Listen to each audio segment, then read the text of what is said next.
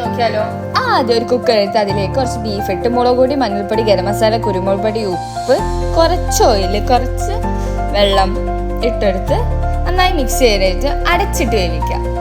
അതിനുശേഷം വേവിച്ച ശേഷം ഒരു മിക്സിയിലിട്ടിട്ട് ഗ്രൈൻഡ് ചെയ്തെടുക്കുക. ചോപ്പറിൽ ചോപ്പ് ചെയ്തെടുക്കാവുന്നതാണ്.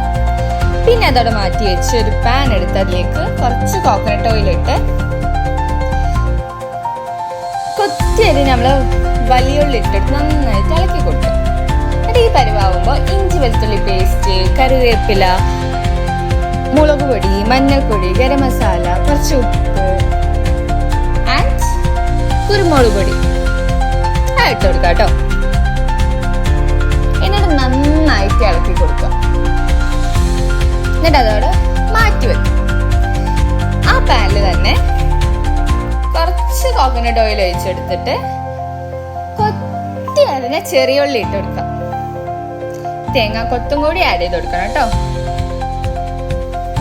എന്നിട്ട് അതിലേക്ക് മുളക് പൊടി ഇട്ടെടുക്കുക, കുരുമുളക് പൊടി ഇട്ട് കൊടുക്കുക. എന്നിട്ട് നന്നായിട്ട് ഇളക്കി കൊടുക്കുക. പിന്നെ ചെറുതാക്കി കട്ട് ചെയ്ത് നമ്മളെ ഉണക്കൽ മുളകും കൂടി ഇട്ടുകൊടുക്കാം. അതിനുശേഷം നമ്മൾ നേരത്തെ ഗ്രൈൻഡ് ചെയ്ത് വെച്ച് നമ്മളെ ബീഫ് അതിലേക്ക് ഇട്ട് കൊടുക്കാം. എന്നിട്ട് കറിവേപ്പിലയും കൂടി അതിന്റെ മേലെ കൂടി ഇട്ടിട്ട് നന്നായിട്ട് ഇളക്കി കൊടുക്കാം. ഉപ്പും കൂടി കുറച്ച് ആഡ് ചെയ്ത് കൊടുക്കണം കേട്ടോ. പിന്നെ ഫസ്റ്റ് ഫില്ലിങ്ങും കൂടി ഇട്ടെടുത്ത് നന്നായിട്ട് ഇളക്കി കൊടുത്താൽ നമ്മളെ ഇടിയിറച്ചി ഇവിടെ തയ്യാർ. ഈസി ആയിട്ട് ഉണ്ടാക്കാൻ പറ്റിയതാണ് കേട്ടോ. ടേസ്റ്റി ആൻഡ് ഡെലീഷ്യസ് ആയിട്ടുള്ളൊരു ഇടിയിറച്ചി തയ്യാർ. അപ്പോൾ എല്ലാവരും ഒന്ന് മസ്റ്റ് ട്രൈ ചെയ്ത് നോക്കണം. കഴിച്ച വീണ്ടും വീണ്ടും കഴിക്കാൻ തോന്നുന്നു ഇടിയിറച്ചി. കഴിച്ച ഫാനായി പോകുന്ന ഒരു ഇടിയിറച്ചി ഞാൻ. എല്ലാവരും മസ്റ്റ് ട്രൈ ചെയ്ത് നോക്കണം. നല്ല ടേസ്റ്റി ആയിട്ടുള്ള ഇടിയിറച്ചി ഇവിടെ തയ്യാറാണ്.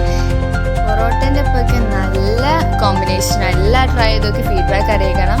And then you are watching new video of Homi spoon. Thank you for watching.